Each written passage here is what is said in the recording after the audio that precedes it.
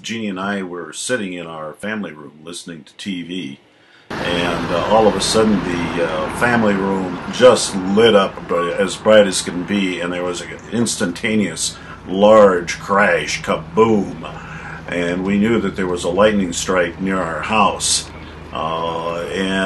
We looked out the back and around and didn't see anything that was obvious, but then a few minutes later one of our neighbors stopped by and knocked on the door, banged on the door actually, and indicated there was a fire in the neighborhood and if we were okay. And we were okay, and then I got my rain gear on and walked around the corner with my camera, and this is the action that I saw. The house not too far away from us, we're just a little bit to the right of this, and then just right behind it is our house. So this is the local fire crew and everything in action, taking care of this lightning strike fire.